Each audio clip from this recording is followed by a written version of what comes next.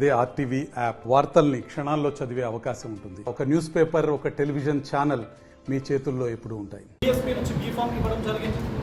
దానిలో భాగంగా రాష్ట్ర అధ్యక్షులు పెద్దలు గౌరవనీయులు మందా ప్రభాకర్ గారు ఆశీర్వదించి పంపించినటువంటి నేపథ్యంలో తప్పనిసరిగా ఈ పట్టభద్రుల ఎమ్మెల్సీ ఎన్నికలు ప్రభుత్వం దృష్టికి తీసుకెళ్లాలి అనేటువంటి బృహత్తరమైనటువంటి లక్ష్యంతో జరుగుతున్నాయి. మరి ఎవరు ఫిట్ అవుతారు దీనికి, ఎవరు కాదు? పదవి అనేది అలంకారప్రాయమైంది కాదు. పదవికి తప్పనిసరిగా న్యాయం చేయాలి అనేటువంటి ఒకే ఒక సంకల్పంతో నేను రాజకీయాల్లో అడుగుపెట్టడం జరిగింది. ముఖ్యంగా నిరుద్యోగులకు సంబంధించి, ఉద్యోగులకు సంబంధించి, విద్యా వ్యవస్థ బలోపేతానికి సంబంధించి, అదేవిధంగా మహిళా సాధికారతకు సంబంధించినటువంటి 4 అంశాలతో నా యొక్క క్యాంపెయినింగ్ జరుగుతూ ఉన్నది. ఈ 4 అంశాల పట్ల నాకు స్పష్టమైనటువంటి అవగాహన ఉంది. అదేవిధంగా ప్రతి అంశం పట్ల నాకు స్పష్టత ఉంది.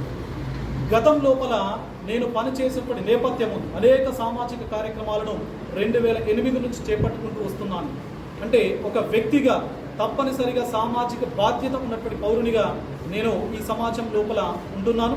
మరి ఇదే తంతు, ఇదే ప్రాసెస్ ఏదైతే ఉందో ఒక గ్రాడ్యుయేట్ ఎమ్మెల్సీ కొనసాగించాలి. ఏవైతే సమాజం లోపల పట్టభద్రులకు సంబంధించిన సమస్యలు ఉన్నాయో వీటిని ఒక నిర్మాణాత్మకమైన రీతి లోపల ప్రభుత్వానికి తీసుకెళ్లాలి. ప్రభుత్వానికి సమస్యలను తీసుకెళ్లడమే కాదు, ఆ సమస్యకు సంబంధించినటువంటి డిఫరెంట్ డైమెన్షన్స్ లోపల సొల్యూషన్స్ కూడా ఇవ్వాలి, అడ్వైజెస్ ఇవ్వాలి, అదేవిధంగా సజెషన్స్ కూడా గ్రాడ్యుయేట్ ఎమ్మెల్సీ ఇవ్వాలి అనేటువంటి లక్ష్యంతో నేను పనిచేస్తున్నాను. వాస్తవానికి డాక్టర్ బిఆర్ అంబేద్కర్ గారి భారత రాజ్యాంగం లోపల పేర్కొన్నటువంటి ఆర్టికల్ 169 కూడా శాసన మండలి ఏర్పాటు కోణం లోపల ఇదే చెప్తుంది.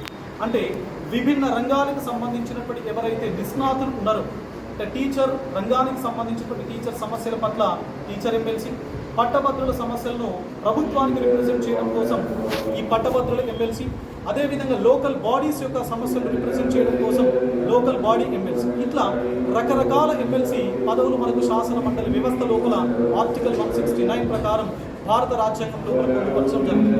మరి ఒక విద్యా వ్యవస్థకు సంబంధించిన వ్యక్తిగా, పట్టభద్రుల యొక్క సమస్యలు తెలిసిన వ్యక్తిగా, ఆ సమస్యల లోపల నేను మనస్ఫూర్తిగా భాగమైనటువంటి వ్యక్తిగా, ఆ అనుభవం ఉన్నటువంటి వ్యక్తిగా ఈరోజు నా యొక్క నామినేషన్ దాఖలు చేయడం జరిగింది.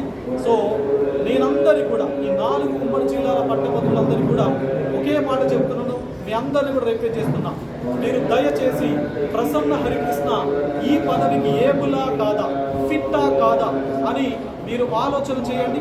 ఎందుకంటే ఇప్పటి వరకు 4 సార్లు ఎన్నికలు జరిగాయి, 4 గెలిచారు. ఎవరు కూడా పట్టభద్రుల యొక్క సమస్యలు ప్రభుత్వం దృష్టికి తీసుకెళ్ళినటువంటి నేపథ్యం.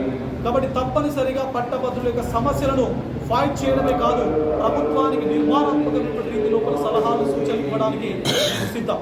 కాబట్టి ఆ నేపథ్యం లోపల నన్ను మీరందరూ కూడా ఆశీర్వదించి శాసన మండలికి పంపించాలి అని చెప్పేసి మీ అందరినీ కూడా రిక్వెస్ట్ చేస్తాము. అదేవిధంగా చివరిగా ప్రసన్న హరికృష్ణ అనేటువంటి వ్యక్తికి ఓటు వేసి మీరు ఆశీర్వదించి పంపిస్తే పంపించేది కేవలం ప్రసన్న హరికృష్ణుడు మాత్రమే కాదు, డబ్బుల కట్టలు, నోట్ల సంచులకు ధీటుగా ఒక సామాన్య వ్యక్తిని, ఒక సాదా సీదా ఉన్నటువంటి వ్యక్తిని, ఒక బీసీ సామాజిక వర్గానికి సంబంధించిన వ్యక్తిని మీరు ఆశీర్వదించి బీసీ వాదాన్ని బలపరిచినట్టుగా అవుతుంది అని చెప్పేసి నేను అందరినీ కూడా విజ్ఞప్తి చేస్తున్నాను. అదేవిధంగా I'm not against any cost, because నా మిత్రులు అన్ని కులాలకు సంబంధించిన వాళ్ళు ఉన్నారు, అన్ని మతాలకు సంబంధించినటువంటి వాళ్ళు ఉన్నారు. నిజం గెలవాలి, మానవత్వం గెలవాలి, వ్యక్తిత్వం గెలవాలి, సమస్యలు తెలిసిన వాళ్ళు గెలవాలి, ఆ సమస్యల పట్ల అవగాహన ఉన్న వాళ్ళు గెలవాలి, ఆ సమస్యను ప్రభుత్వం దృష్టికి ఒక నిర్మాణాత్మకమైన రీతి లోపల తీసుకెళ్లి దాన్ని సాల్వ్ చేయడం లోపల చాలా ధీటుగా పనిచేసే వ్యక్తులు గెలవాలి అని చెప్పేసి ఉద్దేశంతోనే నేను రాజకీయాల లోపలికి వచ్చాను. మీ ఆశీర్వాదం నాకు తప్పనిసరిగా కావాలి. మరి ఈ ఆశీర్వాదాన్ని మీడియా ముఖంగా 3,41,300 మంది పట్టభద్రులకు నేను తెలియజేస్తున్నాను.